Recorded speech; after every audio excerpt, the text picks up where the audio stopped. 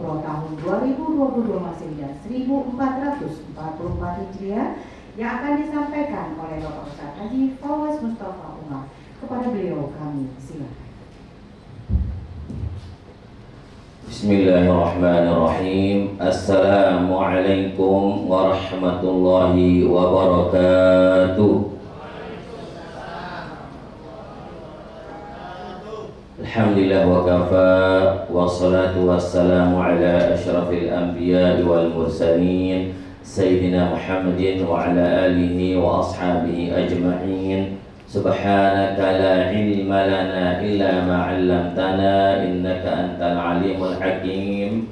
Rabbi shrah li sadri wa yassir li amri wahlul 'uqdatam min lisani yafqahu qawli. Amma ba'du.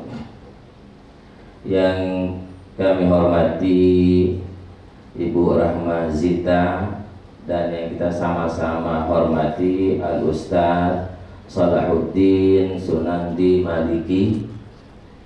Alhamdulillah wa syukurillah, pada pagi hari ini kita masih diberikan kesehatan, keafiatan oleh Allah Subhanahu wa taala, sehingga pada pagi hari ini kita dapat berkumpul di tempat ini, yaitu dalam rangka manasikul umrah. Salawat serta salam tak lupa kita haturkan kepada junjungan kita Nabi besar Muhammad sallallahu alaihi wasallam. Jamaah umrah yang dirahmati Allah Subhanahu wa taala, sebelum saya akan menyampaikan ke manasikul umrah tentang umrah atau rukun-rukun umrah, larangan-larangan umrah, dan persiapan untuk melaksanakan ibadah umrah. Terlebih dahulu saya akan menyampaikan tentang adabul musafiri lil haji wal umrah. Etika atau adabnya orang melaksanakan atau orang musafir untuk melaksanakan ibadah haji dan ibadah umrah. Ini banyak orang melarikan mengenai masalah adabul musafiri lil haji wal umrah. Oleh karena itulah sangat-sangat perlu atau sangat-sangat penting untuk diketahui, karena untuk menjadikan umrah kita menjadi umrah yang mabrur. Yang pertama adalah adabul musafiri lil haji wal umrah, an-niyatu al-ikhlas lillahi ta'ala. Tanamkan niat ikhlas semata-mata karena Allah SWT. Jadi pertama, bapak-bapak ibu mendaftarkan diri untuk melaksanakan ibadah umrah, niatnya itu lillahi ta'ala. Kenapa dianjurkan oleh Rasulullah SAW menanamkan niat ikhlas lillahi ta'ala? Karena kata ulama di dalam kitab-kitabnya, la yaqbalul amala illa bil ikhlas. Jadi tidak diterima amal ibadah kita kecuali dengan ikhlas. Apapun yang kita kerjakan bapak ibu, kita mengerjakan sholat harus dengan ikhlas, kita mengerjakan puasa dengan ikhlas, kita mengerjakan ibadah haji pun harus dengan ikhlas. Semua kita bersedekah juga dengan ikhlas. Kalau tanpa ikhlas, maka amal ibadah kita itu tidak diterima di sisi Allah Subhanahu wa ta'ala. Karena syarat amal ibadah diterima itu adalah wahwa syurutul qabulul amal, yaitu syaratnya diterima amal ibadah kita. Oleh karena itulah bapak ibu, masih ada kesempatan kita sehari lagi, yaitu kalau ada niat-niat yang tidak-tidak, dibuang niat-niat yang tidak-tidak, diniatkan dengan ikhlas semata-mata karena Allah SWT. Apa niat ikhlasnya itu? Lillahi ta'ala, menjalankan perintah Allah Subhanahu wa ta'ala yang disebutkan di dalam Al-Qur'anul Karim, wa atimul hajja wal umrata lillah.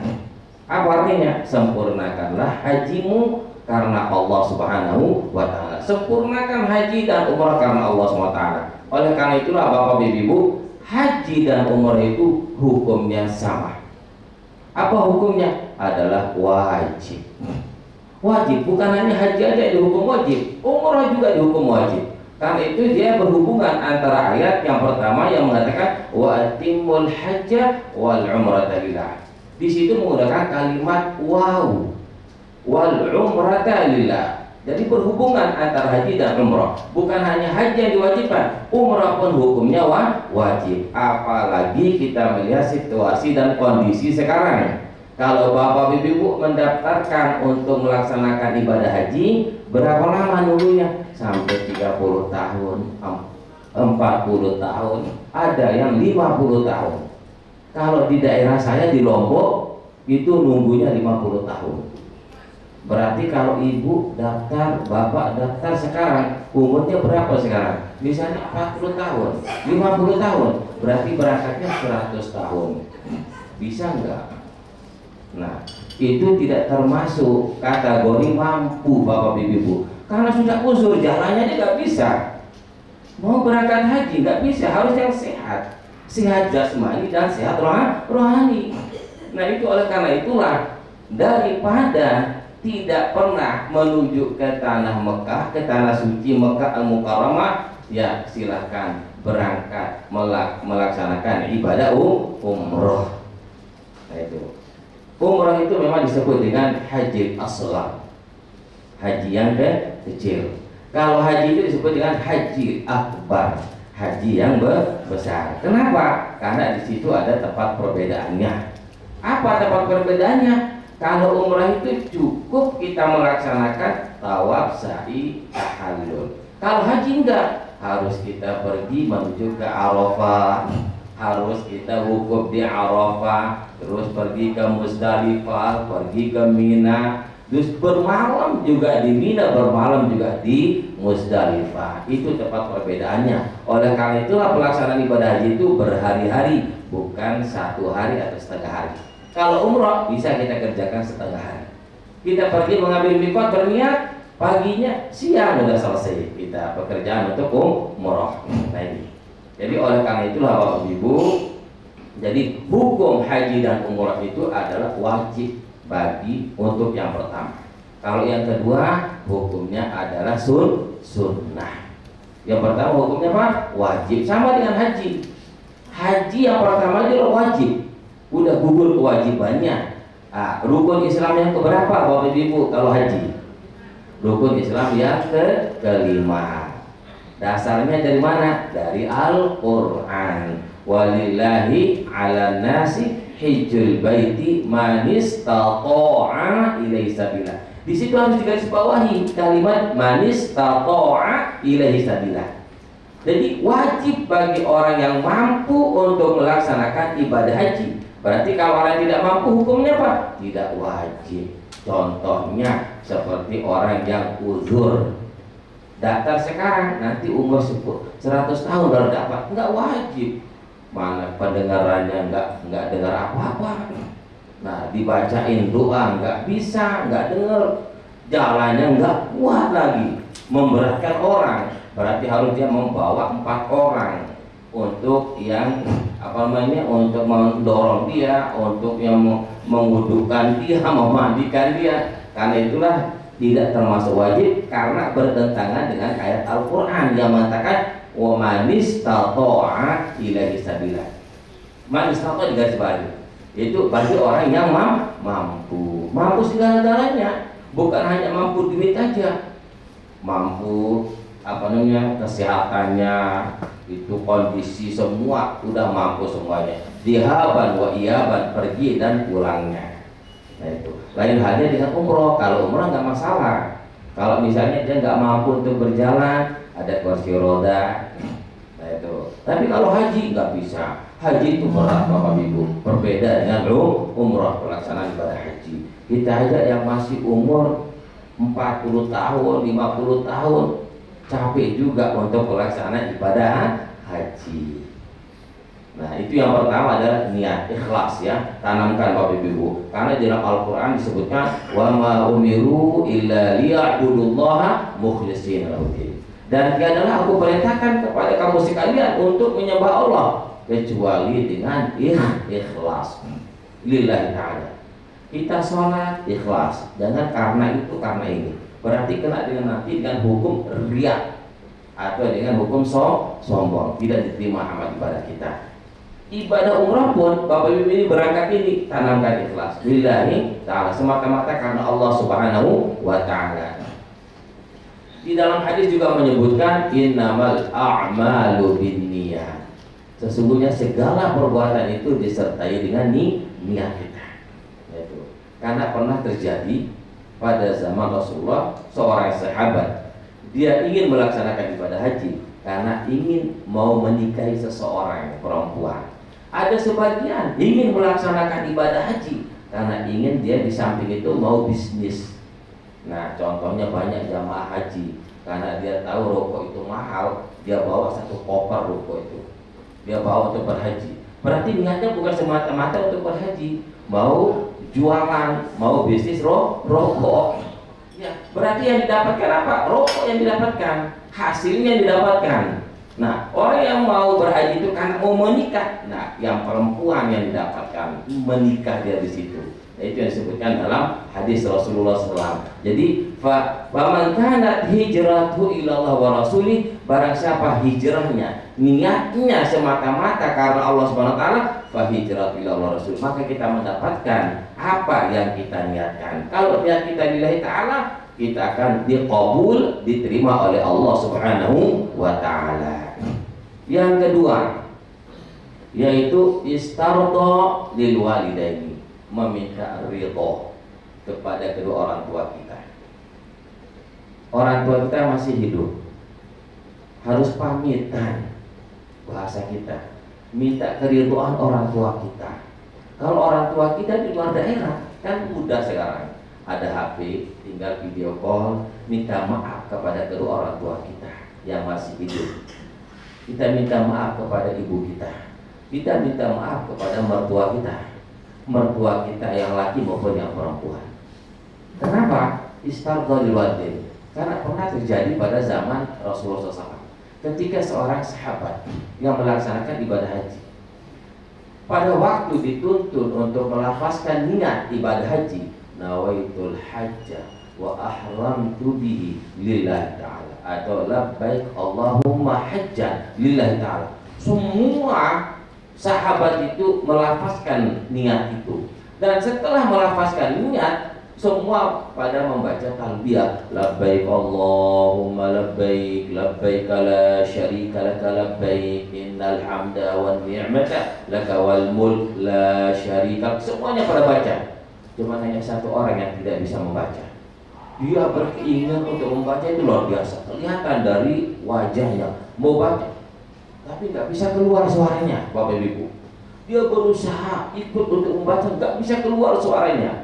Lalu para sahabat ini bingung, kenapa ini? Sebelumnya ini dia luar biasa ngobrol, ngomongnya luar biasa, keluar suara semua. Kenapa ketika kita melafazkan kalimatun thayyibah, di situ tidak bisa keluar suaranya? Nah, lalu seorang sahabat memanggil Rasulullah SAW. Datanglah Rasulullah SAW. Dilihat kondisinya dan situasinya oleh Rasulullah SAW. Langsung Rasulullah menanyakan, apakah masih hidup kedua orang tuanya? Kata Rasulullah bertanya kepada seorang sahabat. Apa jawaban sahabat? Masih hidup ibunya ya Rasulullah. Panggilkan saya ibunya. Setelah itu dipanggilkan ibunya oleh sahabat itu. Lalu ditanya ibunya, kenapa anakmu ini? Apakah ada kesalahannya sama kamu?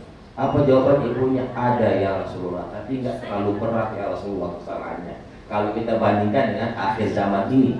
Kalau akhir zaman sekarang ini kan ada yang memukul orang tuanya, ada yang membunuh orang tuanya, ada yang menyiksa orang tuanya, ada yang tidak pernah memberikan apa-apa sama orang tuanya, ada yang nggak pernah ngurus orang tuanya sakit cuek aja, nggak pernah diurus orang tuanya. Nah, ini disebabkan karena kadang-kadang ya ini apa nih sering terjadi ya di antara keluarga. Kadang-kadang karena istrinya nggak senang sama mertuanya, ikut suaminya juga ikut nggak senang sama orang tuanya.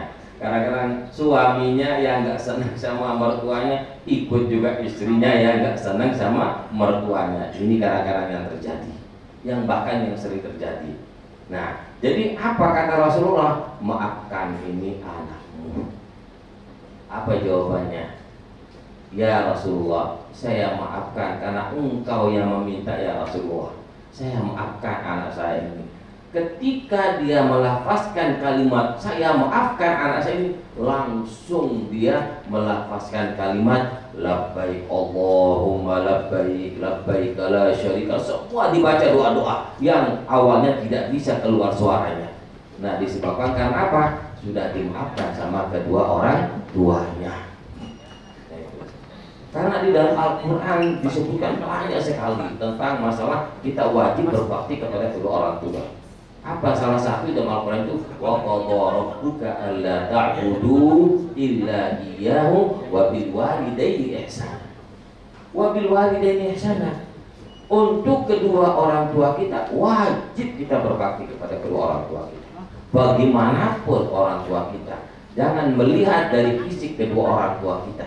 Karena kita mampu, karena kita menjadi seperti sekarang ini disebabkan karena orang tua, bukan karena kecerdasan kita, bukan karena kekuatan kita, bukan karena kemampuan kita.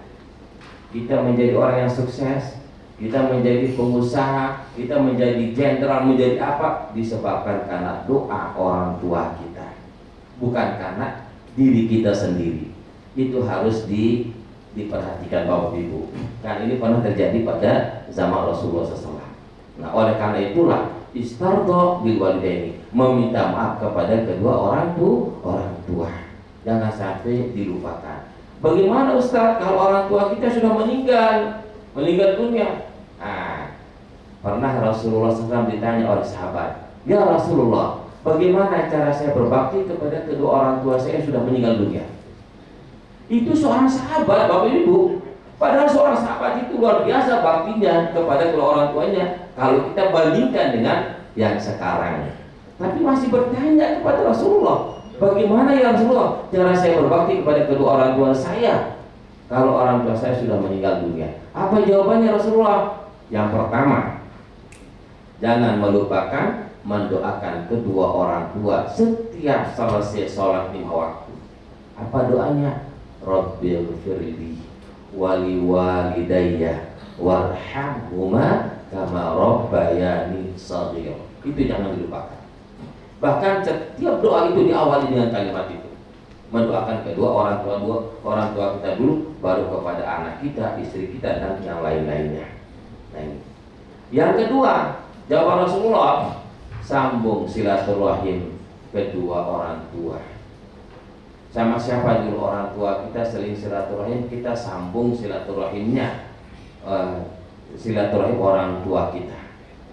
Misalnya kita tahu, oh orang tua saya dulu, ayah saya sering silaturahim ke sini, yang ibu saya sering silaturahim ke sini, sambung silaturahim, jangan diputuskan silaturahim. Itu tanda kita berbakti kepada kedua orang tua kita yang sudah meninggal dunia. Karena ini Bapak Ibu, mohon maaf, apabila kita melebihi kasih sayang kita ke istri kita daripada orang tua kita, atau kita melebihi kasih sayang suami kita ke orang tua kita, itu kita kena dengan hadis Rasulullah SAW. Apakah kan dalam hadis Rasulullah yang hadis yang sahih, man faddala zawjatu ala walidayhi fa'alaihi la'natullah lam tuqbal minhu sarfun wala 'adlun. Barang siapa yang melebihi kasih sayangnya ke istrinya atau ke suaminya daripada orang tuanya, maka dia akan dilaknat oleh Allah SWT. Fa'alaihi laknatullah. Pertama dilaknat oleh Allah SWT. Lam tuqbal minhu sarfun wala adlun. Tidak diterima ibadahnya, tidak diterima segala amal-amalnya oleh Allah SWT. Nah, ini akibatnya kalau kita murka sama kedua orang tua kita. Hidup yang paling baik, yang paling bagus, kita hormati orang tua kita hormati mertua kita hormati istri kita hormati suami kita. Itu yang paling baik. Jangan kita memihak antara orang tua kita dengan orang tua istri, antara orang tua kita dengan orang tua suami. Kita samakan. Ya, ini hidup yang paling baik. Insya Allah kita akan mendapatkan hidup yang penuh dengan rahmatnya Allah Subhanahu wa Ta'ala. Yang ketiga, al-wasiyatu lil zawjaini wal aulad. Kita berwasiat kepada anak kita. Nah, kalau misalnya anak kita nggak ikut berangkat untuk melaksanakan ibadah umrah, panggil anak kita.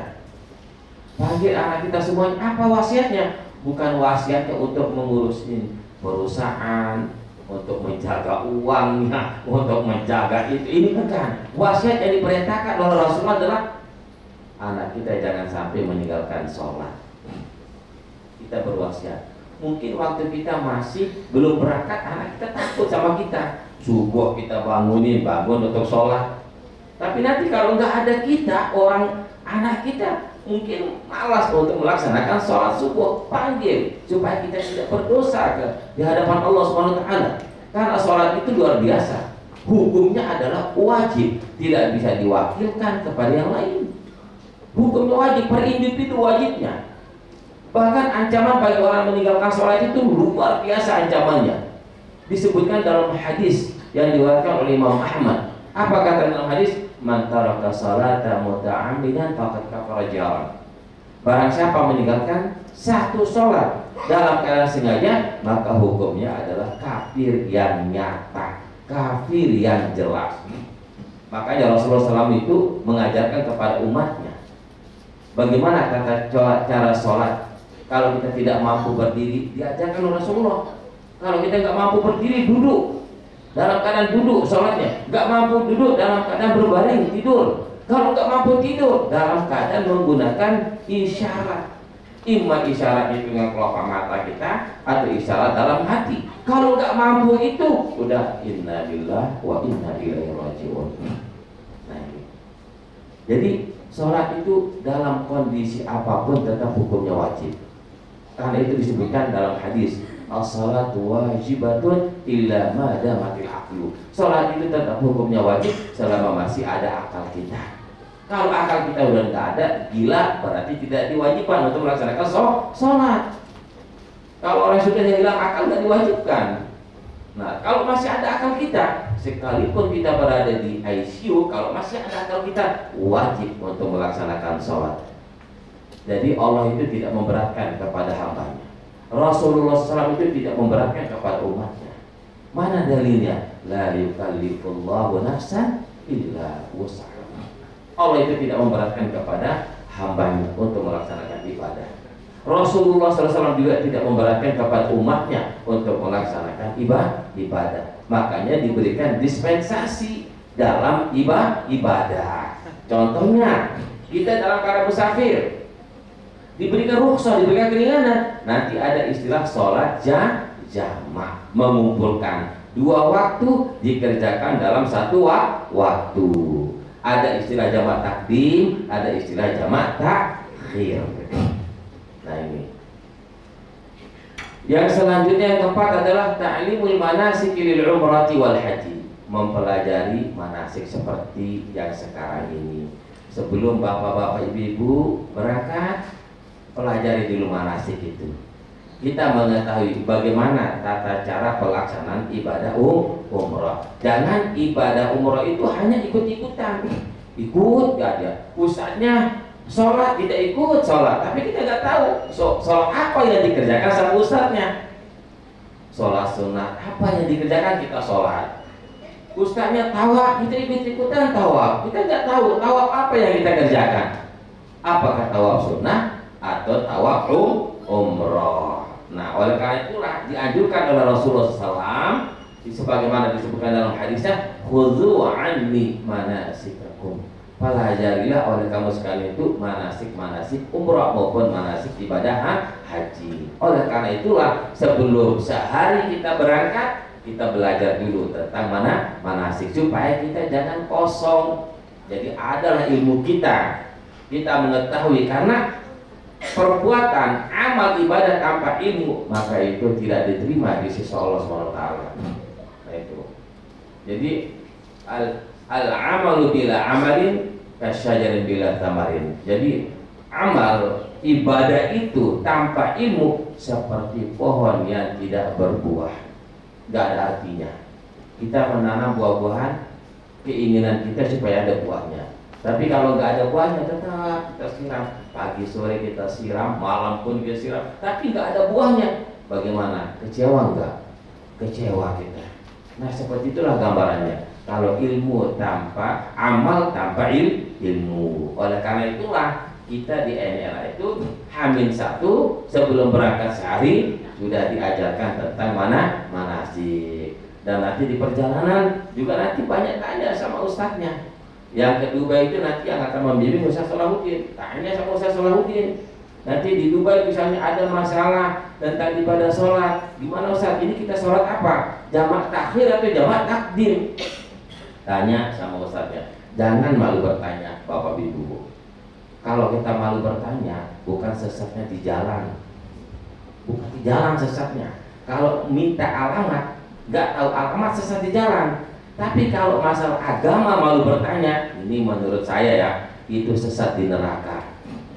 Nah itu, sesat bingung mau masuk mana itu. Sesatnya di neraka karena tidak pernah bertanya masalah hukum. Berarti sok alim, sok tahu gitu. Nah itu, kita ajak yang ustadz-ustadz ini, kalau ada masalah kita nggak tahu, kita tanya sama yang lebih senior daripada kita, yang lebih alim, guru-guru kita. Kalau nggak ada guru-guru kita sudah meninggal dunia, udah kita buka kitab aja. Tapi kalau buka kitab itu luar biasa capeknya. Bukan nanti satu kitab yang kita buka, beberapa kitab yang kita buka tentang masalah hukum fikih, tentang hadis, tentang semua ada masalah-masalah di situ. Lebih enak kalau ada guru yang senior, kita langsung tanya, langsung dijawab. Tapi kalau udah meninggal semuanya guru senior, terpaksa baru kita buka kitab. Nah, tapi buka kitab itu harus kita mempunyai ilmu juga, karena kitab itu tidak ada barisnya, itu kitab gundul. Nah, kitab gundul itu kita berpelajari bertahun-tahun, bukan 1 tahun, bukan 2 tahun, bahkan kita pelajari sampai 10 tahun baru kita menguasai ilmunya kitab gundul yang botak, nggak ada barisnya. Itu kayak orang yang sudah tahallul. Yang terakhir adalah mengerjakan sholat sunat musafir. Nah ini, jadi bapak-bapak ibu yang berangkat ke Dubai itu, jadi berangkatnya itu jam 12 ya di bandara ya, yang ke Dubai. Iya. Oh jam 2 ngumpulnya. Begini bapak ibu, saya berikan masukan. Berangkatnya dari rumah karena ini Jakarta macet, dan supaya dapat melaksanakan sholat jamak qashar. Kalau di rumah nggak boleh kita jamak karena kita belum keluar dari rumah. Nah, lebih baik keluar dari rumah itu ya jam berapa kalau zuhur di sini? Jam 12 kurang kan? Ya paling tidak sebelum zuhur udah bapak ibu sudah keluar dari rumah. Keluar dari rumah udah boleh menjamak sholat. Misalnya mampir di rest area ada musola, jamak sholatnya di situ. Tapi kalau berangkat habis zuhur berarti tidak boleh menjamak sholat. Yang dikerjakan hanya sholat zuhur yang dikerjakan. Hanya sholat zuhur yang dikerjakan. Nanti lagi di bandara dikerjakan sholat asar. Nah, tinggal dipilih sama bapak ibu. Tergantung bapak ibu. Kalau mau ringan berangkat sebelum zuhur atau pas zuhur berangkat gak ada masalah, tapi sholatnya nanti di bandara atau di rest area. Nah baru kita boleh menjamak sholat, mengumpulkan sholat zuhur di sholat asar di waktu zuhur, yaitu bisa jamak qashar, artinya mengumpulkan, dan dikosor dikurangi, yang 4 rakaat menjadi 2 rakaat. Jangan yang 3 menjadi 1,5. Bisa nggak yang 3 menjadi 1,5? Nggak bisa. Atau yang 2 menjadi 1 rakaat, nggak bisa. Yang boleh dikosor itu hanya yang rubaiyah, yang 4 rakaat. Apa aja yang boleh dikosor? Zuhur, asar, isya. Itu yang boleh dikosor. Nah ini melaksanakan sholat jamak qashar ini setiap kita musafir, bukan hanya pergi umroh, pergi haji, enggak. Misalnya bapak ibu pergi ke luar daerah, boleh kita menjamak dan mengqashar sholat selama 3 hari 3 malam mulai dari perjalanan. Ini meringankan. Kita diberikan rukhsah, kita diberikan keringanan hukum oleh Rasulullah SAW. Kenapa kita tidak mau untuk menjamaknya? Nah ini terlalu sombong kita sebagai manusia. Diberikan keringanan mau yang berat, diberikan berat mau yang ringan. Nah Nah ini, kalau memang diberikan rukhsah keringanan hukum, silahkan dikerjakan. Nah ini, jadi berangkatnya tergantung Bapak Ibu. Kalau tidak mau menjamak sholat, ya berarti berangkatnya nanti jam 2 atau jam 1 dari rumah. Nah kalau mau jamak sholat, ya silakan. Maksud zuhur, tapi sholatnya nanti di perjalanan, berarti itu disitulah mulai kita bolehnya menjamak dan mengqashar sholat. Nah, sholatus sunnat safar. Sebelum kita berangkat melaksanakan 2 rakaat sunat musafir. Nah, sunat safar namanya. Sholat sunat musafir.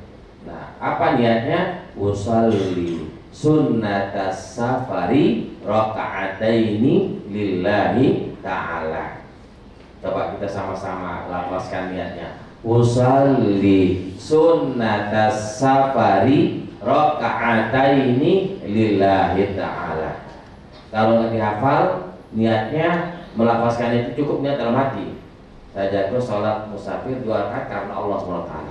Sudah cukup. Allahu Akbar. Apa saja yang dibaca ketika melaksanakan sholat sunnah safar? Pada rakaat pertama tetap membaca surat Al-Fatihah. Setelah membaca surat Al-Fatihah, membaca surat Al-Kafirun, yaitu Qul ya ayyuhal kafirun. Nah, pada rakaat yang kedua baca surat Al-Fatihah, suratnya itu yaitu Qul huwallahu ahad. Surat apa Qul huwallahu? Al-Ikhlas. Ada yang bilang itu surat Qul huwallahu, Qul hu. Dia bilang surat Qul hu, bukan surat Ikhlas.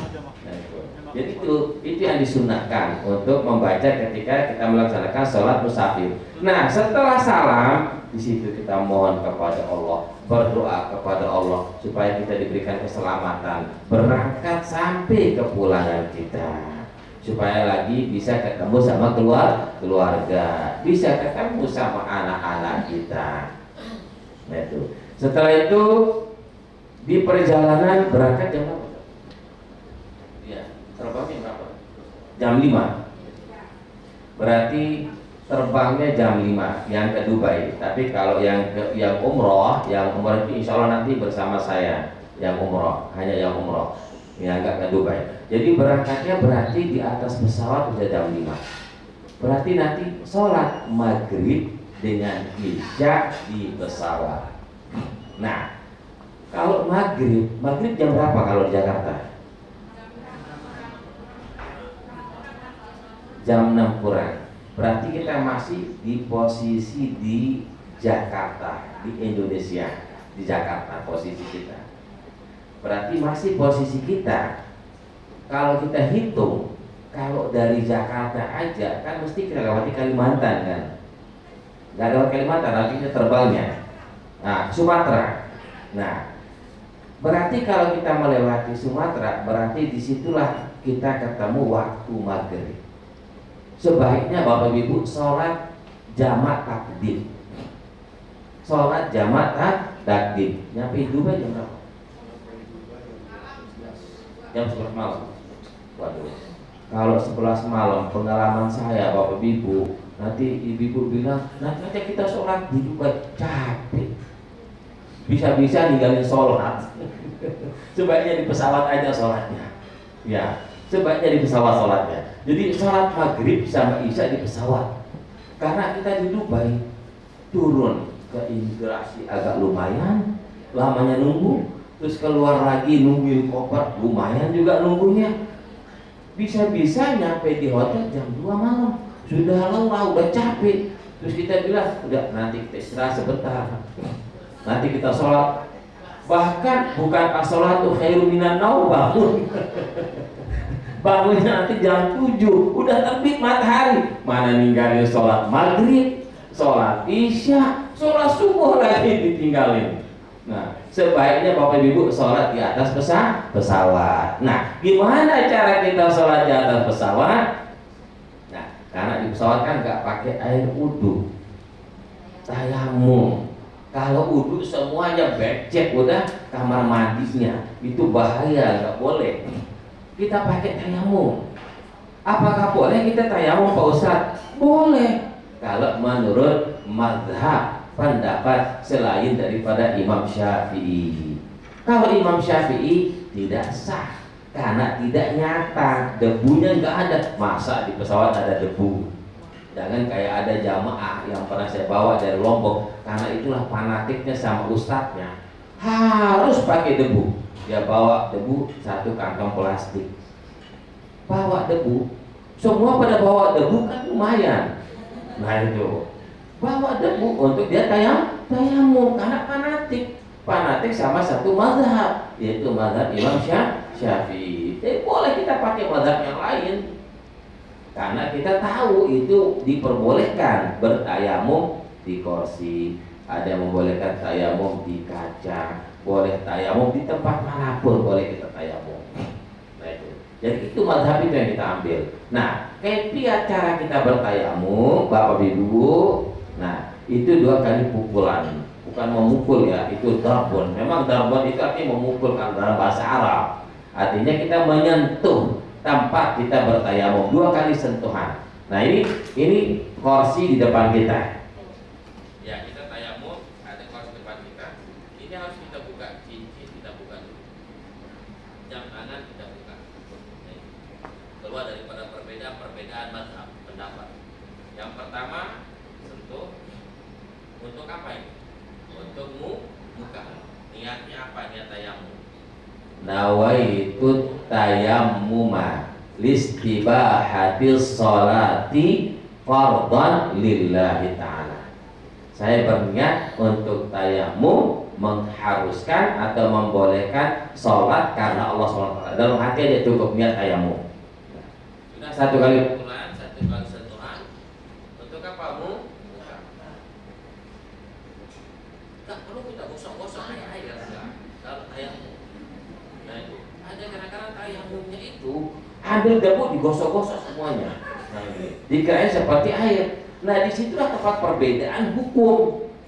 Kalau tayamum itu dia bilang al-mashu, menyapu. Kalau wudu al-ghuslu, membasuh. Kalau al-ghuslu ya kita gosok. Kalau masuk jangan digosok-gosok. Nah ini ada orang tayamum. Mohon maaf, saya pernah duduk sama berbeda jamaah. Dia tayamum semua diusap, kakinya juga diusap. Untunglah nggak berkumur-kumur pakai debu. Kalau dia berkumur-kumur pakai debu, nah luar biasa. Udah berapa setengah kilo udah debunya masuk.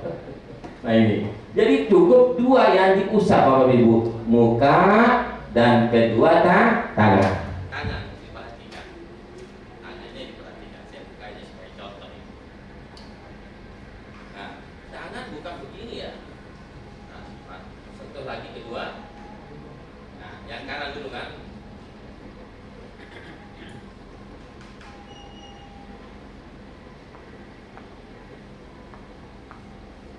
Terus lagi yang kiri.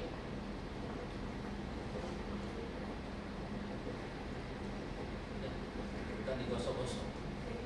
Ini cara tayamum yang sempurna. Udah selesai. Nah, tinggal kita sholat. Sholat apa yang kita kerjakan? Yang pertama karena kita pakai sholat jamak takdim. Sholat jamak takdim berarti maghrib kita dahulukan. Nah, apakah boleh kita berjamaah? Pak Ustaz, boleh kalau misalnya ada di lingkaran kita.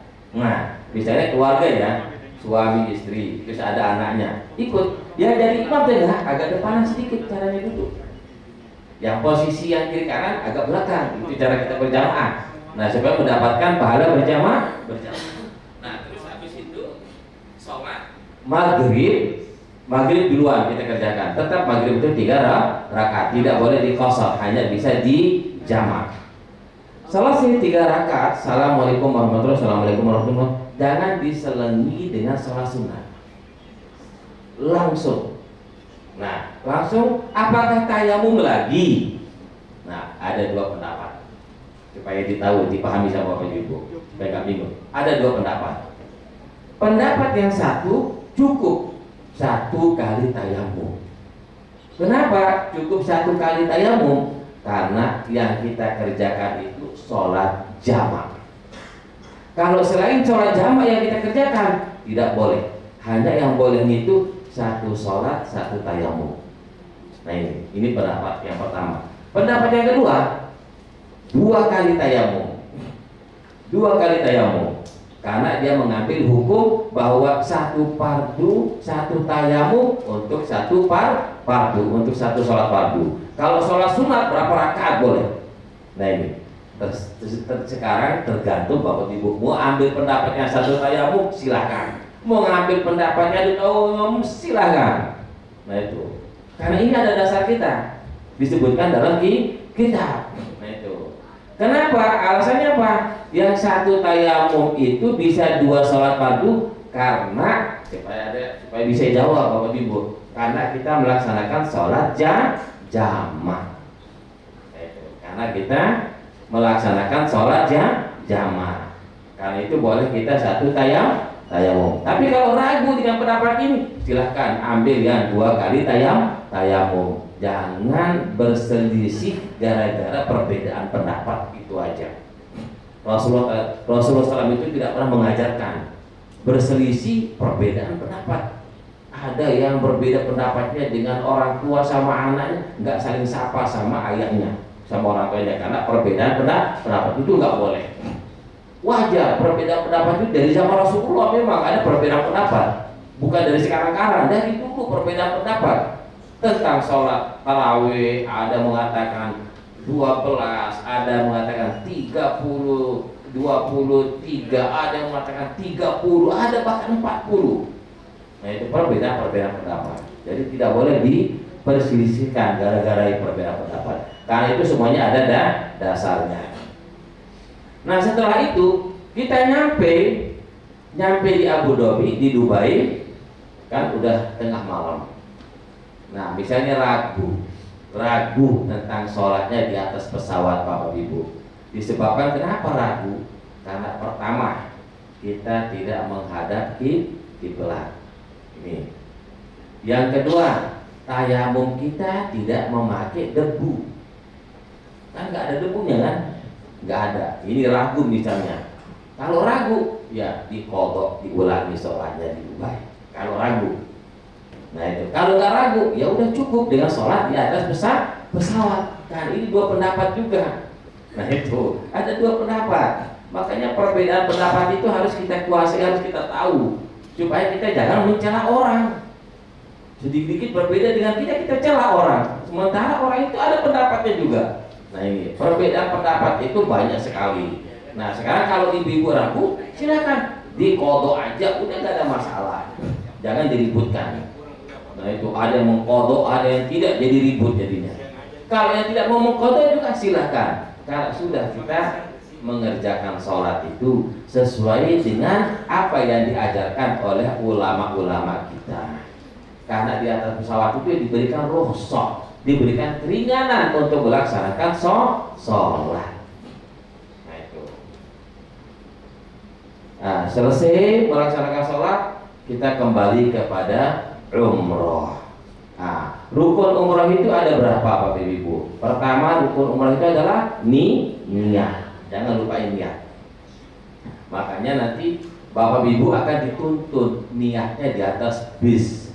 Kenapa dituntut niatnya di atas bis sama ustadz-ustadznya? Karena dikhawatirkan lupa niatnya nanti ketika ibu-ibu pergi ke Masjid Bir Ali melaksanakan sholat di situ. Lupa niatnya, maka dituntut di atas bis. Nah itu diajari di atas bis untuk melapaskan niat. Karena niat itu termasuk rukun umrah, tidak boleh ditinggalkan. Kalau ketinggalan niat, tidak pernah berniat, maka rukun umrahnya tidak sah. Sama halnya dengan sholat. Yang kedua, al-ihram, memakai ihram. Ya udah jelas. Kalau ibu-ibu tertutup semuanya, ya sampai kakinya tertutup, jangan tidak memakai kaos kaki. Kalau bapak-bapak dilarang pakai kaos kaki, bahkan dilarang memakai sepatu yang menutupi kedua mata kaki, dilarang. Jadi harus pakai sandal yang terbuka kalau untuk bapak-bapak. Nah, terus setelah ihram, rukun umrah yang ketiga adalah tawaf. Rukun umrah ketiga udah jelas. Mulai tawafnya itu dari mana? Dari Hajar Aswad. Nah, Hajar Aswad Kalau sudah ada di tawaf, apakah kita berniat tawaf atau tidak? Nah, ini pertanyaan. Nah, jadi kalau kita berniat tawaf itu hukumnya sunnah. Kenapa? Karena sudah masuk di niat umrah kita tentang tawaf. Hukumnya sunnah. Itu menurut Imam Syafi'i. Kalau Imam yang lain tidak sunnah. Sudah masuk di niat kita umrah. Kecuali kalau kita tawaf sunnah. Kalau kita tawaf sunnah harus berniat. Wajib berniat. Kalau kita tawaf sunnah. Nah, misalnya kita pergi masuk ke dalam Masjidil Haram, mau tawaf sunnah, harus kita berniat. Dari mana? Posisi Hajar Aswad. Kita bilang apa? Nawaitu tawaf sunnati sab'ata asywatin bila. Saya berniat tawaf sunnah 7 kali keliling karena Allah Subhanahu wa taala. Bismillah, Allahu akbar, Allahu akbar, Allahu akbar walillahil hamd. Terus 7 kali putaran. Setelah itu sa'i, rukun umrah yang keempat adalah sa'i. Mulai dari mana? Safa, Bukit Safa dan Marwah. Jangan Bukit Safa Marwah. Bukit Safa Marwah 1 kali putaran. Bisa pingsan itu. Ya, 2 kali dihitung 1. Ada yang seperti itu. Yang menghitung dua kali putaran dari Safa Marwah, dari Marwah ke Safa dihitung 1 kali putaran. Kita sudah selesai berapa jadi 18. Sementara jarak antara Safa dengan Marwah itu hampir sekilo ya, 700 meteran lebih. Nah itu 2 kali putaran dihitung 1, luar biasa kuatnya. Yang terakhir adalah tahallul, rukun yang terakhir adalah tahallul, cukur rambut. Nah ini khusus untuk bapak-bapak. Sebaiknya lebih afdol. Nah ini lebih afdol kalau mencukur rambut itu dihabisin, dibotakin. Lebih afdol, lebih baik. Nah itu ada lebih baik, ada yang baik. Tapi yang lebih baik diambil. Nah lebih afdol lagi dibotakin. Kenapa lebih afdol dibotakin ketika tahallul? Karena didoain kita oleh Rasulullah. Hanya pada waktu itu doanya Rasulullah seperti ini. Apa doanya Rasulullah? Allahumma ighfir lil muhalliqin. Apa artinya? Ya Allah, ampunilah dosa-dosa orang yang tahallul menghabisi rambutnya, yang botakin rambutnya. 3 kali didoain Rasulullah. Allahumma ighfir lil muhalliqin. Allahumma ighfir lil muhalliqin. Setelah 3 kali didoain Rasulullah, seorang sahabat bertanya, bagaimana ya Rasulullah? Hanya orang yang mencukur rambut. Baru didoain Rasulullah. Setelah sahabat bertanya, apa dia bilang? Allahumma ighfir lil muqassirin. Hanya 1 kali didoain. Ampunilah dosanya orang yang tahallul mencukur rambut. Tapi kalau logikanya, kalau sahabat tidak bertanya, berarti tidak didoain oleh Rasulullah. Karena asbab sahabat bertanya, maka didoain oleh Rasulullah 1 kali. 3 kali didoain kalau kita habisi rambut kita, 1 kali kalau tidak botakin rambut kita. Mana yang lebih afdal? Yang 3 kali. Kapan lagi kita didoain oleh Rasulullah untuk diampuni dosa-dosa kita? Hanya pada waktu kita tahallul. Ini Hajar Aswad, Bapak Ibu, ini Hajar Aswad. Ini apa namanya? Pintu Ka'bah. Nah, yang di samping ini, yang sedikit ini namanya apa? Multazam. Multazam namanya. Nah, kalau orang kadang-kadang banyak orang keliru, dikirain multazam itu dari sini, dari pintu Ka'bah sampai sini, sampai ada enggak sedikit. Ini namanya multazam. Nah ini. Nah di sini nanti ada posisi Zamzam. Setelah makam Ibrahim ini ada beberapa meter, 2 meter di sini Zamzam. Sumur Zamzam di bawahnya. Dulu waktu saya tahun 80-an, bisa ya, tahun 80-an saya kadang-kadang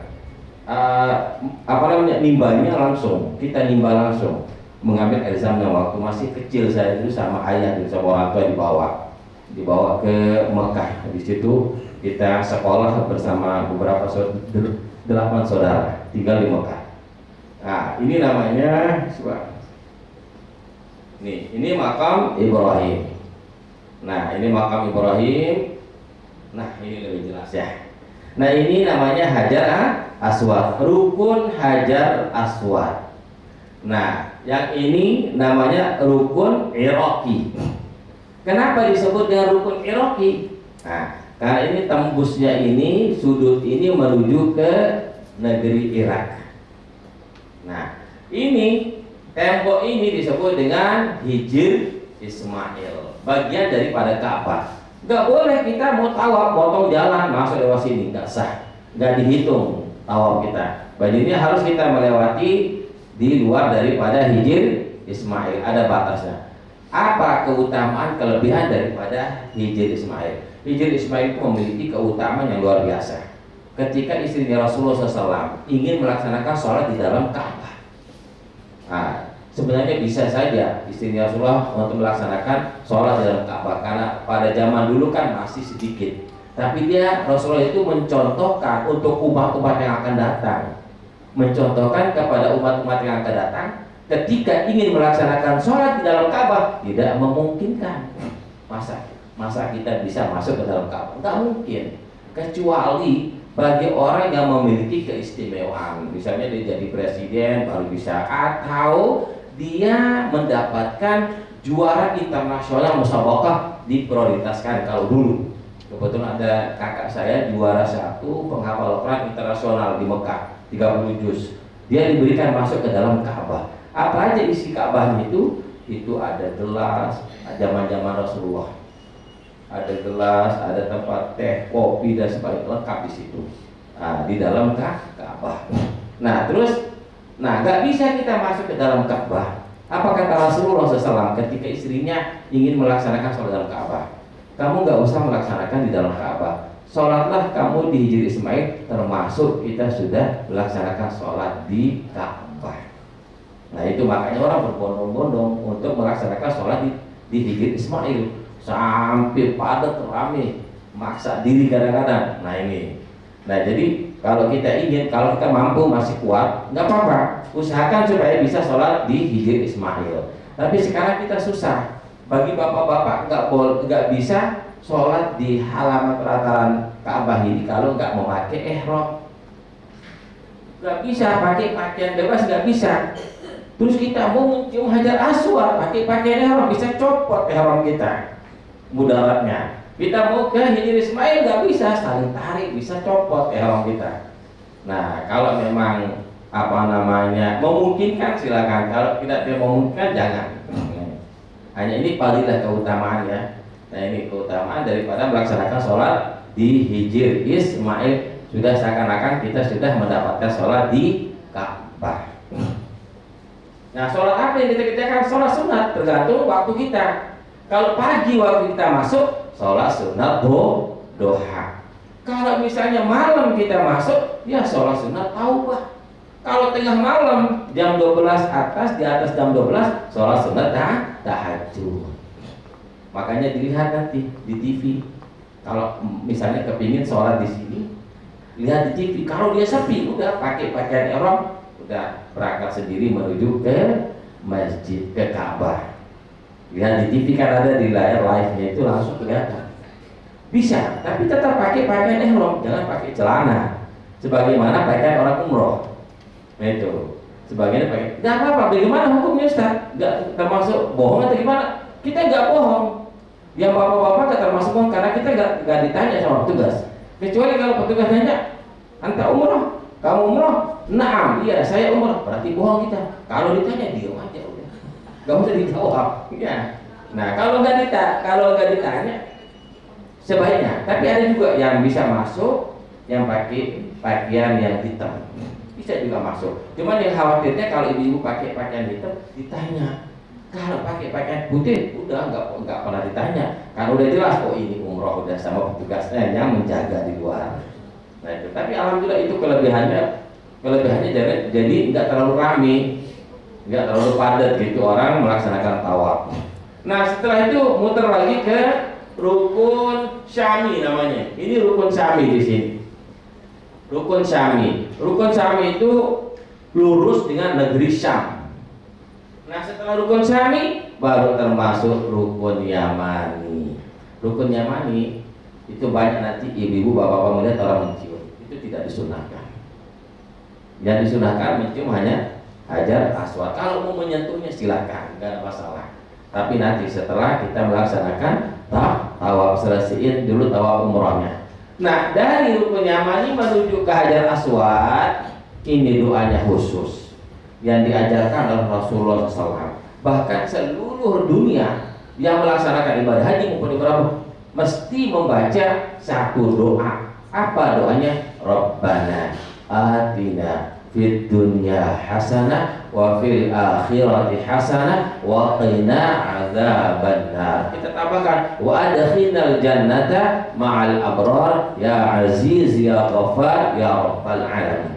Seluruh dunia baca doa ini. Kenapa seluruh dunia baca doa ini? Kalau di sini baca doanya berbeda-beda karena tidak ada tuntunan dari Rasulullah, tidak ada dikhususkan dari Rasulullah SAW untuk doa yang khusus ketika melaksanakan tawaf, kecuali yaitu ketika kita berada di rukun yamani dengan Hajar Aswad. Itu dianjurkan, disunahkan oleh Rasulullah membaca Rabbana atina. Kenapa itu yang dianjurkan Rasulullah? Ada sejarahnya. Ada tiga sahabat. Tiga seorang sahabat ini ketika antara rukun yamani dengan Hajar Aswad, dia membaca Rabbana atina.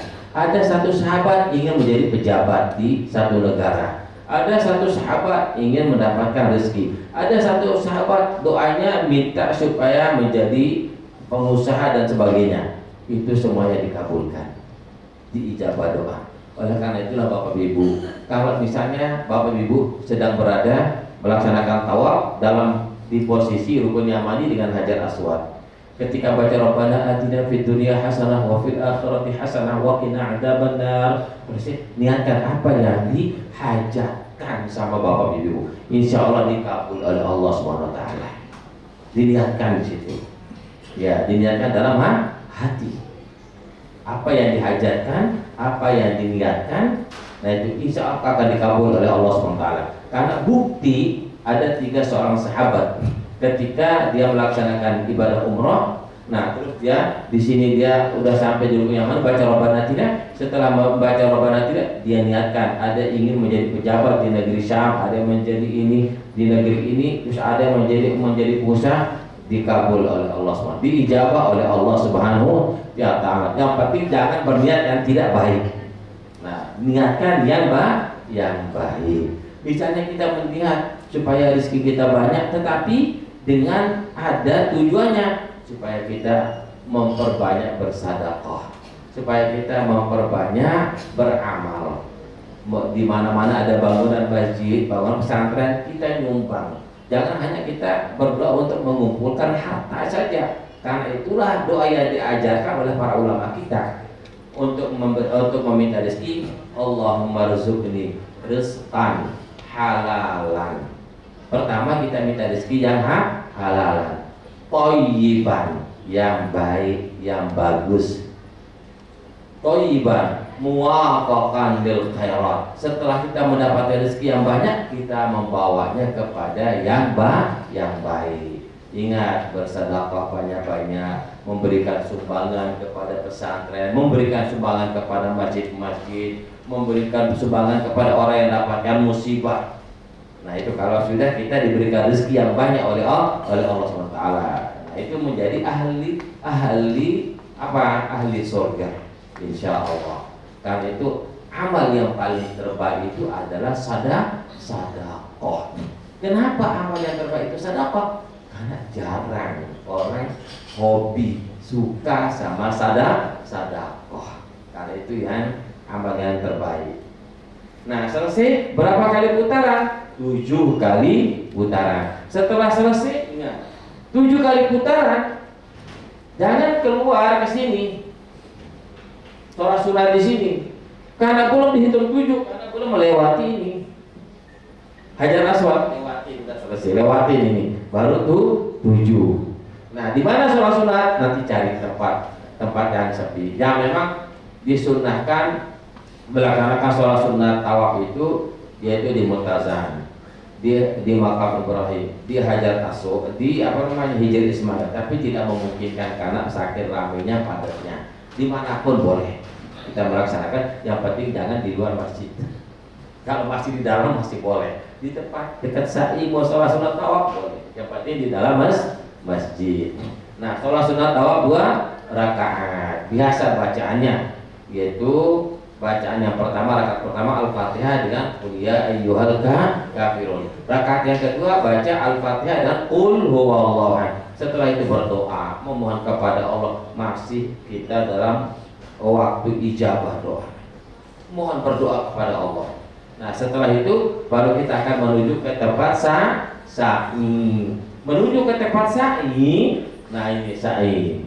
Nah, ini Bukit Sofa. Kita mulai dari Bukit Sofa. Sekarang udah nggak ada bukit, udah marmer semua. Kalau dulu waktu tahun 80 kita naik, kurang-kurang kita bisa jatuh ya naik ke bukitnya karena saking licinnya kalau dulu. Nah itu kita naik ke bukitnya agak tinggi kalau dulu. Sekarang itu tanjakan itu termasuk bukit dulu. Jadi harus ada batu lengkap di situ. Tapi sekarang udah marmer semua. Sekarang bukan naik ke bukit, naik di marmer gitu. Bukit marmer. Nah, Bukit Sofa kita berdiri di sini membaca doa dengan menghadap kiblat Ka'bah.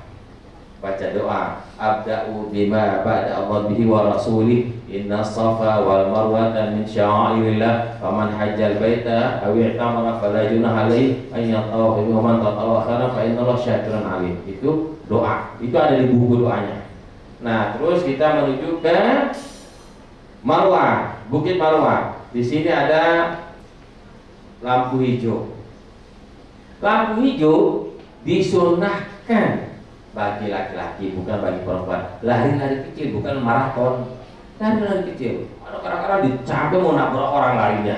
Ini tidak disunahkan lari-lari kecil. Itu disunahkan. Itu ada sejarahnya. Kenapa disunahkan lari-lari kecil antara lampu hijau dengan sampai hijau? Kenapa? Karena pada waktu itu para sahabat sedang melaksanakan ibadah haji dan ibadah umrah. Kelihatannya loyo lemes, kayak orang nggak ada gairahnya. Makanya diejek sama orang kafir. Kan dulu satu tempat dengan orang kafir hidupnya di sana, saling melihat. Bahkan patungnya itu di dekat Ka'bah ada. Makanya orang kafir bilang, ya Muhammad, kita giliran. Saya menyembah Tuhanmu seminggu, kamu menyembah Tuhanku seminggu. Makanya turunlah ayat Al-Quran, lakum dinukum waliyadin. Itu asbab nuzul ayat Al-Quran. Nah setelah itu saat dari Bukit Sofa lari lagi, Rabbighfir warham wa'fu wa taqarram wa tajawaz amma ta'lam. Ada bacanya. Sampai di sini baru kita berhenti. Yang perempuan nggak boleh ikut lari. Yang perempuan jalan biasa. Jangan biasa, jangan ikut lari. Yang perempuan, kenapa? Yang perempuan dilarang lari, nanti kelihatan auranya, bentuk auratnya itu kelihatan. Itu bergerak semua Allah. Sabilah, lari karena itu dilarang. Hanya yang laki yang disunahkan untuk lari-lari kecil. Sampai Marwah satu kali, terus dari Bukit Marwah ke Bukit Sofa sampai selesai di Bukit Marwah. Nah, Bukit Marwah selesainya itu kita doa dulu, baru kita cukur rambut. Doa dulu, nanti dipimpin sama ustaznya doa. Selesai doa, baru kita tahallul. Yang mau botak, gak apa-apa, cukur satu aja, beberapa hilir rambut sedikit, nanti botak, ada tempat botaknya di situ. Tapi kalau mau botak sebaiknya pada umrah kedua lebih bagus. Ya, nanti umrah kedua, karena nanti umrah kedua itu susah. Apanya mau dicukur, memang sih dalam hukum dijalankan aja, siletnya dijalankan atau guntingnya dijalankan, karena tidak ada rambut sebagai tanda bahwa itu adalah tahallul. Nah selesai udah tahallul umroh yang pertama udah selesai, berarti bebas pakaian larangan ihram, tidak ada larangan lagi, udah gak ada larangan kembali ke hotel. Nanti ada program kedua lagi untuk melaksanakan ibadah umrah yang kedua. Nah seperti biasa kita situr, bapak-bapak memakai pakaian ihram, ibu-ibu juga memakai pakaian ihram. Nah situ dulu mengelilingi yaitu Arafah. Di situ nanti di Arafah kita turun dari bis, kita melihat Jabal Rahmah. Nah Jabal Rahmah kadang-kadang ibu-ibu, bapak-bapak kepingin naik, karena banyak naik, tulis namanya di situ. Nah di tembok itu tulis nama suaminya supaya seumur hidup. Nah, sampai akhir hayat berdua, pulang-pulang berpisah. Nah ini, karena apa?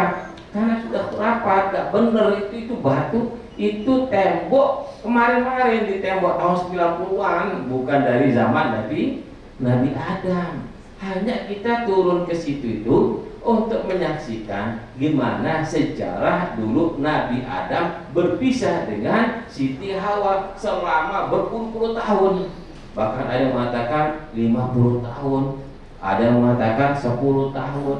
Nah itu bayangkan berapa tahun setelah Nabi Adam dengan Siti Hawa turun dari surga, disebabkan karena melanggar satu pelanggaran. Pelanggaran itu apa? Memakan buah khuldi. Hanya itu diturunkan ya. Nabi Adam turunnya ke India, Siti Hawa ke Jeddah, enggak pernah ketemu, gelisah. Nah tahu-taunya ketemunya di Jabal Rahmah. Karena itu dinamakan Jabal Rahmah. Apa artinya? Gunung kasih sayang. Nah, itu hanya kita ingin menyaksikan sejarah aja di situ. Oh di sini ketemunya yaitu di Jabal Rahmah. Ini enggak, kadang-kadang jamaah itu karena fanatiknya, karena enggak tahu sejarah gimana, dia seakan-akan Jabal Rahmah itu diijabah doa. Enggak, diijabah doa itu di Arafah ketika melaksanakan wukuf, hanya pada tanggal 9 Zulhijjah. Kalau selain itu enggak, udah, karena itu termasuk luar daripada tanah haram. Ada yang nulis yang mau nikah, ditulis namanya supaya jadi nikah. Udah ditulis namanya, pulang-pulang gak jadi nikah, berpisah. Nah itu kan itu termasuk khurafat. Gak boleh kita mempercayai benda-benda seperti itu. Itu hanya tanda. Kenapa di tembok dia di atas Jabal Rahmah itu? Sebagai tanda membedakan antara gunung-gunung yang ada di Arafah. Cukup udah kita berfoto-foto di bawah. Di situ di Jabal Rahmahnya, di bawah Jabal Rahmah, untuk menjadi kenang-kenangan aja. Nah habis itu terus keliling menuju ke Musdalifah, tempatnya bermalam orang melaksanakan ibadah haji. Kita lihat sampai di Musdalifah baru menuju ke Mina. Nah di Mina, sebelum nyampe di Mina ada satu tempat yang sangat bersejarah, yang luar biasa sejarahnya. Sebelum nyampe Mina perbatasan, ada itu tempat itu, pernah dengar juga Amul Fil namanya, tahun gajah di dalam sejarah. Itu tahun gajah itu artinya itu pasukan gajah yang ingin menyerang Mekah, Ka'bah, yang ingin menghancurkan Ka'bah. Dia bersama pasukannya, beberapa pasukan, banyak menggunakan gajah, memakai gajah, ada yang memakai kuda dan sebagainya. Tapi bukan dihalangi sama para sahabat yang ada di kota Mekah, enggak. Yang menghalangi dia masuk itu adalah burung ababil yang disebutkan dalam surat Al-Fil. Alam tara kaifa fa'ala rabbuka bi ashabil fil alam yaj'al kaidahum fi tadlil wa arsala 'alaihim tayran ababil. Kami utus, yaitu burung-burung ababil. Burung ababil itu memiliki keistimewaan yang luar biasa. Dia membawa 2 buah batu, burung ababil. Dibawa 2 buah batu, beberapa burung ababil ribuan yang terbang. Dia ngambil batu itu dari api neraka. Itu kan diambil, nah itu dipakai nyerang pasukan gajah. Setiap yang kena langsung mati, setiap yang kena langsung mati. Itu melebihi daripada peluru. Dahsyat luar biasa. Kalau kena kepala kita, dari kepala kita masuk langsung keluar di kaki kita yang batu, yang dari api neraka itu. Nah jadinya disebabkan itulah dia terhalang untuk mau menghancurkan Ka'bah. Itu sejarahnya di antara perbatasan Musdalifah dengan yaitu Mina. Di situ tempat dihalangi. Jadi nggak bisa masuk ke tanah haram Mekah. Nah setelah Mina itu adalah sejarahnya juga tempat melontar jumroh bagi orang melaksanakan ibadah haji. Baru Bapak Ibu menuju ke Ja'ronah untuk berniat mengambil mikot melaksanakan umroh yang kedua. Nah itu umroh yang kedua. Nah, kalau yang tidak pernah umroh sama sekali, sebaiknya diniatkan untuk diri sendiri. Tapi kalau sudah sering umroh, nggak apa-apa, kerjakan umroh badal untuk keluarganya yang sudah meninggal dunia. Tapi kalau tidak pernah sama sekali, jangan. Sebaiknya kerjakan umroh sendiri, niat sendiri. Karena umroh yang pertama belum tentu sempurna 100%. Cara pengerjaan kita belum tentu 100%. Makanya disempurnakan dengan umroh yang kedua. Tapi kalau sering umroh, nggak apa-apa, umrohkan badal. Kalau misalnya nggak pernah umroh sama sekali, ya umroh untuk diri sendiri, nanti badal diserahkan sama ustadznya. Nah, misalnya Ustaz Salahuddin diserahkan, Ustaz ini kerjakan badal untuk kedua orang tua saya. Nah itu nanti ada infaknya di situ. Ada bayarnya di situ untuk membayar melaksanakan badal umroh. Lebih baik kita langsung ke ustadznya daripada mau nitip-nitip. Lebih baik kita tahu bahwa ustadz itu langsung ngerjakan badal umroh untuk keluarga kita. Itulah tanda bakti kita kepada kedua orang tua kita. Mohon maaf, saya aja ya, ayah saya, orang tua saya, bukan anak apa ya, orang tua saya, ayah saya, sekalipun udah sering berapa kali umroh, berapa kali haji, bahkan tinggal di sana sampai 30 tahun. Bahkan tahun 82 pernah ngajar di Masjidil Haram. Itu tempat posisi ngajar itu tuh zamannya Ustaz Babul Fatah namanya itu. Dia ngajar, beliau ngajar di sana. Itu termasuk alim ulama di Lombok, itu udah termasuk sesepuh ulama, sesepuh namanya Tuan Guru Haji Mustafa Umar Abdul Aziz. Itu sekalipun ayah saya orang alim, sering umroh, sering haji, tetap saya melaksanakan untuk badal umroh. Saya kerjakan. Ya, saya kerjakan. Karena namanya orang meninggal dunia, haus. Dia haus dengan amal. Dia tidak bisa beramal lagi, sudah terputus amal semuanya. Hanya yang mengalir amalnya itu, yaitu amal jariahnya yang tidak terputus. Sekarang anak yang soleh, yang selalu mengingat orang tuanya, itu mesti dia melaksanakan apa? Badal untuk orang tuanya. Sekalipun orang tua sudah melaksanakan ibadah haji, sekalipun orang tua sudah melaksanakan ibadah umrah, tetap akan mendapatkan pahala badal umrah itu ke yang diniatkan ke orang tua kita. Itu termasuk salah satu tanda anak yang berbakti kepada kedua orang tua. Itu kalau kita mampu.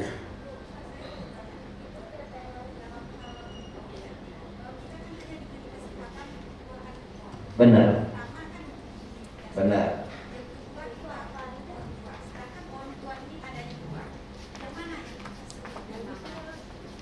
Nah, yang pertama, kalau memang kita mampu mengerjakan dua-duanya lebih baik. Makanya kalau misalnya kita nggak mampu mengerjakan dua-duanya, kita ngerjakan ibu yang pertama ya. Ibu kita pertama, ayah kita serahkan sama ustadznya. Kita belikan dia badal. Iya, tetap niatnya badal. Nanti dituntun niat badalnya. Kalau niat badal itu nawaitul umrata wa ahramtu biha badalan an, sebutkan namanya. Saya berniat untuk melaksanakan ibadah umroh untuk badal untuk siapa namanya? Orang tua kita. Kita niatkan. Nah, nanti kalau misalnya hanya bisa kita kerjakan ibu kita, kasihan ayah kita. Nah, kita bayarin, berikan infak, kita serahkan sama ustadznya. Yang mana ustadz yang mau mengerjakan badal untuk ayah kita supaya seimbang gitu dua-duanya. Kalau memang kita bisa umroh untuk ketiga kali, silakan pergi ngambil mikot ke Tanah In.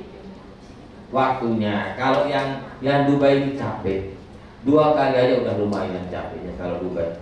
Karena sudah diporsir tenaganya di Dubai. Ya, karena itulah saya minta sama yang Dubai ini harus banyak-banyak istirahat. Karena saya pengalaman yang bawa Dubai kemarin itu banyak yang sakit, yang batuk karena nggak istirahat. Nah, nanti kalau di Dubai waktu city tour, kalau ngantuk tidur aja udah di bis. Nah itu, kalau ngantuk diatur istirahatnya ya. Ini yang plus Dubai, karena udah capek duluan, belum melaksanakan umroh. Nah ini. Nah, kalau diatur untuk istirahatnya, insya Allah. Ini kadang-kadang enggak, sudah pulang city tour malam ngobrol lagi sampai jam 1, jam 2 tidurnya sebentar, pagi kita lagi tidur capek. Nah waktu kita pulang langsung istirahat supaya tidak capek untuk nanti melaksanakan ibadah umrah yang berikutnya.